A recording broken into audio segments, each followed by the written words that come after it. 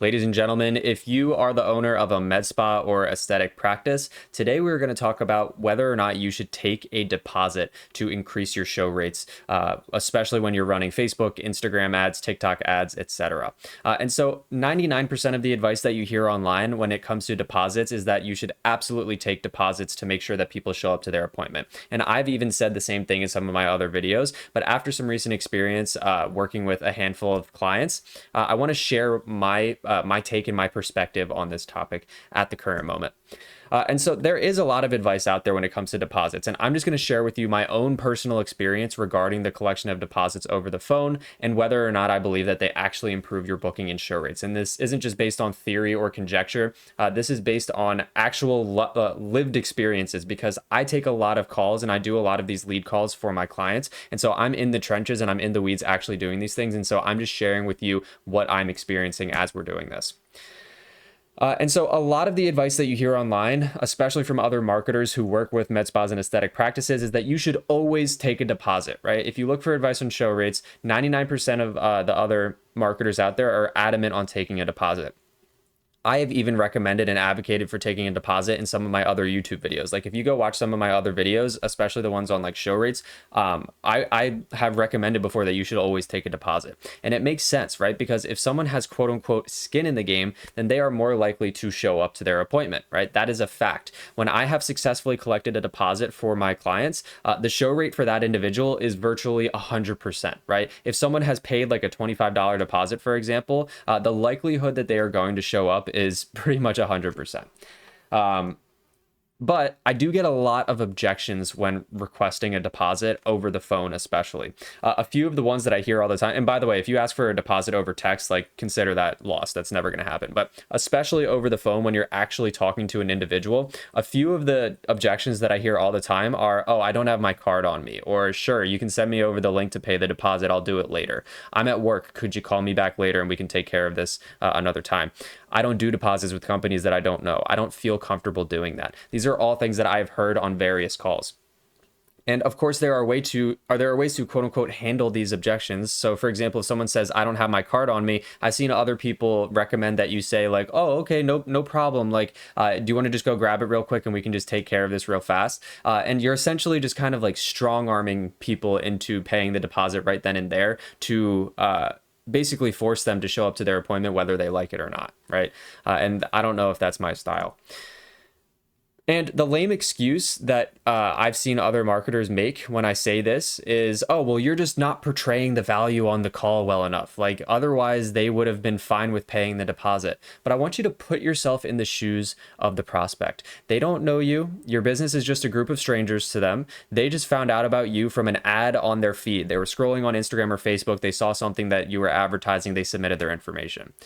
Not only that, but there are so many scams right now, and people are reasonably skeptical to pay for things over the phone. I mean, think about how many robocalls you get every single day, and a lot of these robocalls are just absolute scams. Like, it's just people trying to get your money from you, okay, and provide no value whatsoever.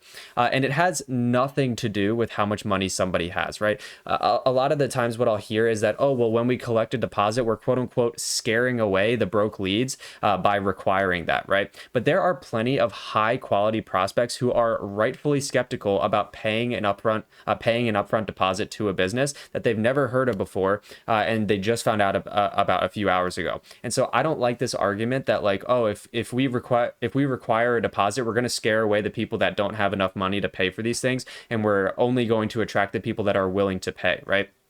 There are plenty of people that are willing and able to pay for your treatments that are still skeptical about paying for a deposit over the phone. And that is based on my lived experience, not just an idea or a theory that I'm coming up with. And not only this, you have yet to provide any value to this individual aside from maybe a little bit of education that you did in your ad or on your landing page or maybe in your emails or texts. And you're already asking them for a $25 deposit on the quote unquote first date, right? This is the first time that you're ever talking to this person and you're essentially already asking them for the sale.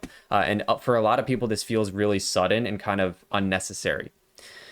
And so the main problem with deposits is that when you are running your ads, your main goal should be to get the highest percentage of qualified individuals, qualified leads in the door. And if you get them in the door, you can blow them away with an incredible first experience. And if you blow them away with an incredible first experience, you can formulate and pitch a treatment plan or upsell based on what they need. And none of that happens if you don't get people in the door first. And a deposit is simply a roadblock that you are artificially injecting into your process to essentially strong arm someone into showing up to their appointment.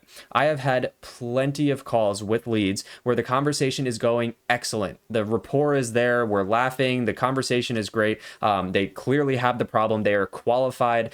These are individuals who have a job. They have disposable income. We even get as far as securing a time for the appointment. And then we lose the opportunity right when I ask for the deposit. Right? And trust me, it's not a scripting issue. I've tested 1,000 different ways to say it. There are people that are just going to say, no problem, I don't have my card on me. I'm at work right now. I can't pay for this. I can do it later. But then later never comes because they don't want to pay the deposit. People are so averse to, losing money right now, especially. And like, there's just so many scams that people are very skeptical and cautious, especially when it comes to paying for things over the phone. And so deposits might even reduce your chance of upselling, right? And this is an idea that I got from someone named Aaron Darkan. He's an expert on appointment setting in particular, but his theory is that yes, a deposit will absolutely increase the likelihood that somebody shows up.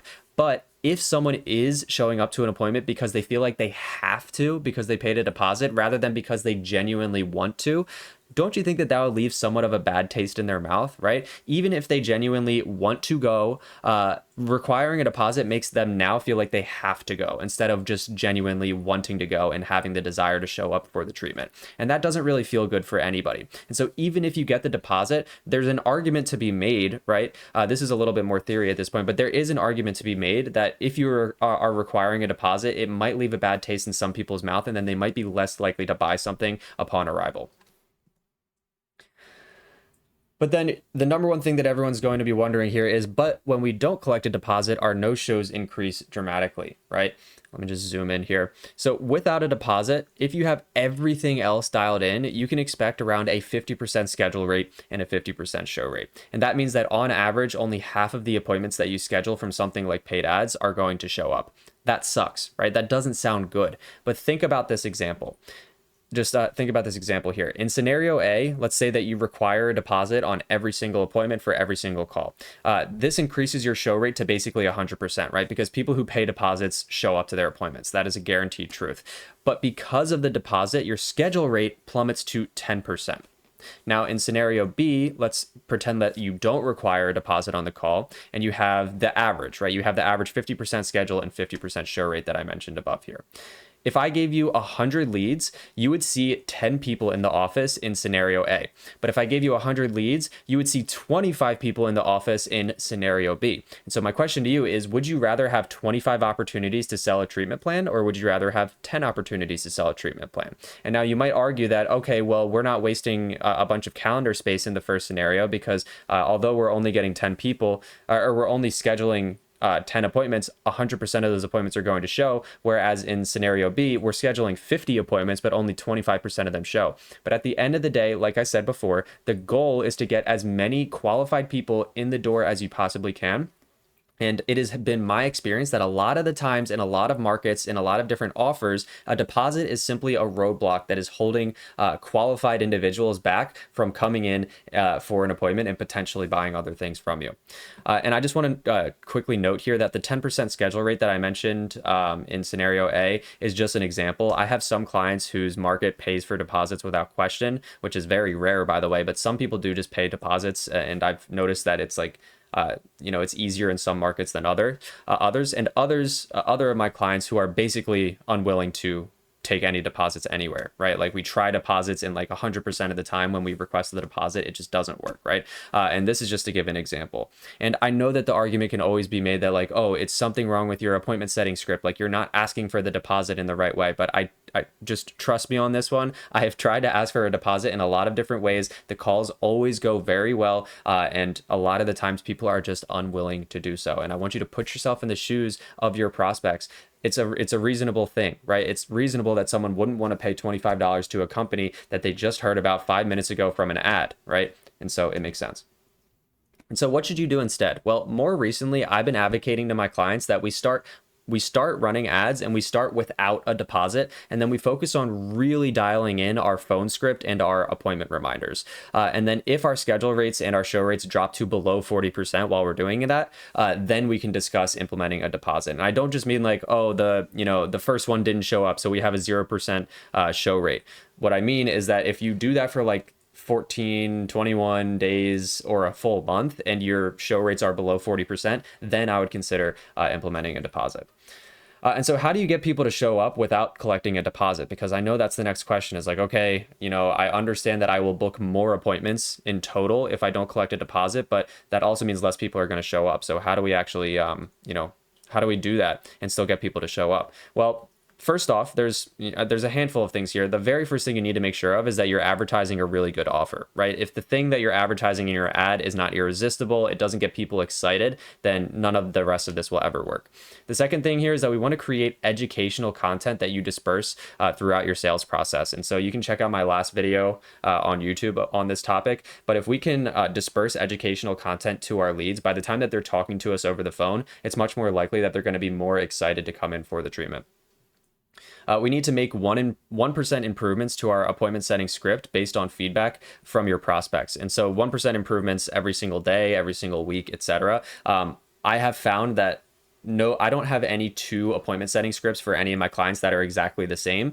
They start kind of principally the same or fundamentally the same, but they change based on how their market reacts and based on their offer and the reactions or the responses that we get over the phone. And so you have to be willing to make changes to your scripts and things like that. Only schedule 5 days into the future at the maximum, right? If somebody's like, oh, I'm going to be out of town, I can't schedule for another 2 weeks out from now, then I would just say, okay, no problem. Well, why don't I give you a call back 2 weeks from now and we can get you on the calendar then. Don't waste your time scheduling people out so far in advance. The only time that I would ever schedule people super far out in advance is if I was collecting a deposit, right? But again, like we talked about throughout the rest of this video, if you do require or request a deposit, especially when people are scheduling super far out in advance, the likelihood of them actually scheduling at the end of that call is pretty low because they're going to make up some excuse. I have to get my card. I don't have it on me. I don't want to do that, whatever, right? You can also include incentives or hidden bonuses for showing up to the appointment. And so this is pretty straightforward, but you can basically build it in. So when someone schedules an appointment, they can get a text reminder from you and that basically says, hey, just for scheduling up or just for showing up to the appointment, or when you do arrive to your appointment, we have like a secret gift for you, or we have these 2 bonuses and you can choose one of the 2. And then you also want to make your reminder process ultra personalized. And this is probably the most important part of this entire thing is how good your reminder process actually is. Most people just blast out like a appointment reminder, like a whole bunch of times before their appointment. And there's no like personalization, there's no creativity to it whatsoever. And so instead of doing that, you want to make it ultra personalized. And so just a handful of ideas of things that you could do. Before their appointment, you could send them a picture of you pointing to your signage outside and then a little text that says, hey, this is what the outside of our building looks like. We're right across the street from 7-Eleven.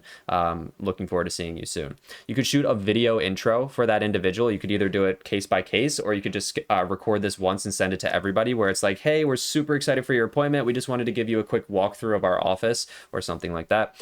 You could send them a personalized appointment question. And so something that I like to do is I like to mention specific desires or pain points that they told me over the phone. And so if someone's like, oh, I want to reduce inches in my lower belly, we could be like, hey, we're super excited for your appointment on Friday. We know you mentioned that blah, blah, blah is your goal. I shot your information over to the team and they're super excited to help you out. Just wanted to make sure, do you have our address for your appointment on Friday? So you're kind of combining, like, we're talking about you in particular. This isn't just like a blanket text we're sending out to a bunch of people. And we're also asking a personalized question to them as well. AB bonus selection. This is kind of similar to the including incentives or hidden bonuses for showing up. But a really cool idea that you could do is like maybe 2 days or 3 days before their appointment, you could send them a text and just say, hey, when you show up to your appointment, you're going to get a choice between bonus A or bonus B. And these can be complete surprises, like things that you didn't even mention in your ad. You can be like, which of these two would you prefer upon arrival, right? And now they're making a choice. You're going to get a response from them, and it also gets them more excited. And then number 7 here is to send some form of communication every single day leading up to their appointment. And so if we're scheduling people out 5 days into the future maximum, then we want to have like a text or an email going out to that person every single day leading up to their appointment. And so if they schedule on Monday, they're going to get a confirmation from us on Monday. Maybe a few hours later that same day, they'll get some piece of content from us. Then they're going to get a text Tuesday, Wednesday, and Thursday. And then that way there is no virtual excuse that they will forget. And if we are making it super personalized and valuable to that person, then the likelihood that they are going to show up is much higher. Because at the end of the day, instead of making people feel like they have to show up because they are financially involved, so in other words, when you take a deposit, they feel like, okay, well, I already kind of paid for this, so I have to go. Instead, you make people feel like they want to show up because of the time, the effort, and the personalization that you are putting into this process for them. A lot of people like, it's so easy to stand out, right? Like when I schedule an appointment at my like dentist or my doctor or wherever, like most of the time the texts I'm getting are just like, don't forget your appointment. Don't forget your appointment. If you just do a little bit of personalization and you show that this is a human that's thinking through these texts, then the likelihood that you can get people to be excited and show up and actually become loyal customers or clients of your med spa or your aesthetic practice are just so much higher. You just put in a tiny little bit of effort on the front end, and then you don't even need a deposit, right? Because your appointment reminder process is just so good. So when should you collect a deposit? Because with all that said, I still think that there are certain circumstances where it does make sense to collect a deposit. Like I said, I advocate for every single one of my clients that we start without a deposit first, and then we implement a deposit if it becomes an issue. I have some clients who are not willing to do that, and we just start with a deposit, and then we just have to go in with the expectation that, yes, we are going to get a lower quantity of appointments on the calendar with using a deposit. That has been my experience. Again, you can argue all day long that there's something wrong about my appointment setting script, but that has just been my experience so far, is that when we collect a deposit, we have a lower quantity of appointments, but a higher show rate. When we don't collect a deposit, we have a much higher appointment set rate, but we have a much lower show rate. And usually the show rate increases the better you are at following up and educating your leads and your prospects.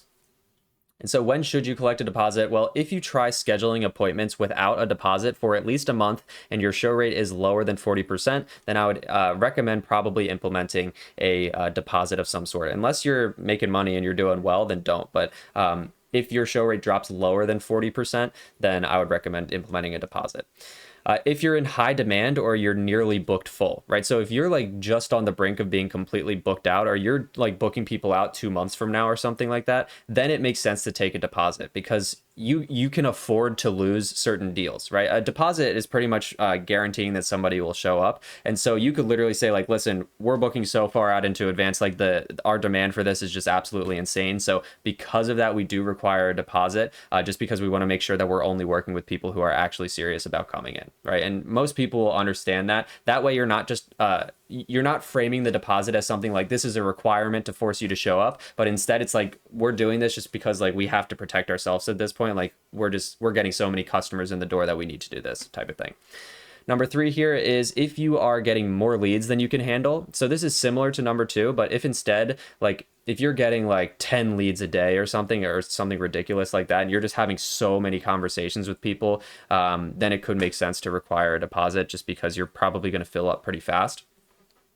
And then number 4 is if the white space on your calendar due to no-shows is causing a net loss or a net negative on your business. So obviously when you do have no-shows, there is most likely going to be a white space on your calendar where that no-show was that isn't being filled by somebody who would have otherwise paid for your appointment. And so if you get to a point where the no-shows are actually causing a net loss on your business in terms of like financially, revenue-wise or profit-wise, then it could make sense to require a deposit.